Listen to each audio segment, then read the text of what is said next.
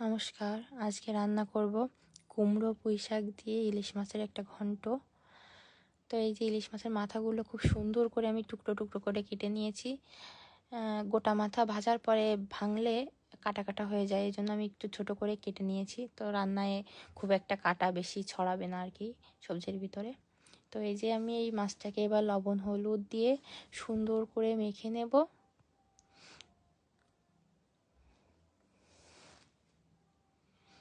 লবণটা একটু বুঝে দিতে হবে, খুব বেশি দেওয়া যাবে না আর কি। তো এই যে আমি সুন্দর করে মাখতেছি। আমার মাখা হয়ে যাওয়ার পরে আমি বাকি রান্নাটা করব। তো আমি এই যে মাছটা ভেজে নেব এবার।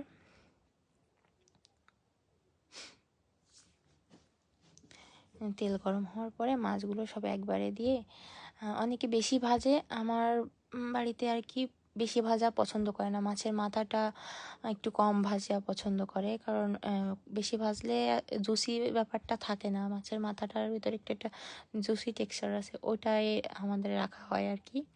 তো এই যে মাছটা তুলে নিয়েছি, এখন অল্প কয়েকটা জিরে ফোড়নে দেব আর 5 ফোড়ন দেব অল্প একটু, খুব বেশি না।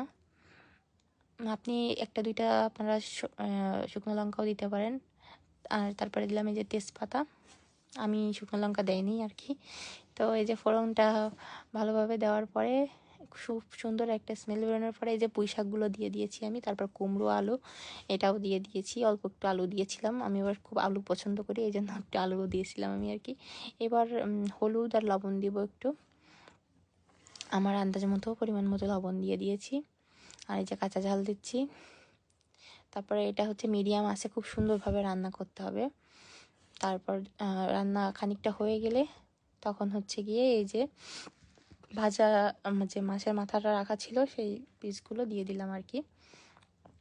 তারপরে মিডিয়াম টু লো আছে তারপরে আমি সুন্দর করে আর কি অল্প আছে একটু ঘন্টার মতো একটু ঘুটে ঘুটে নিচ্ছি আর কি, একটু হালকা একটা এরকম একটা ক্রিমি ক্রিমি একটা ভাব আসবে, পুরো একটা মাখা মাখা ব্যাপার হবে, দেখলেই বোঝা যায় যে ঘন্টটা হয়ে গেছে।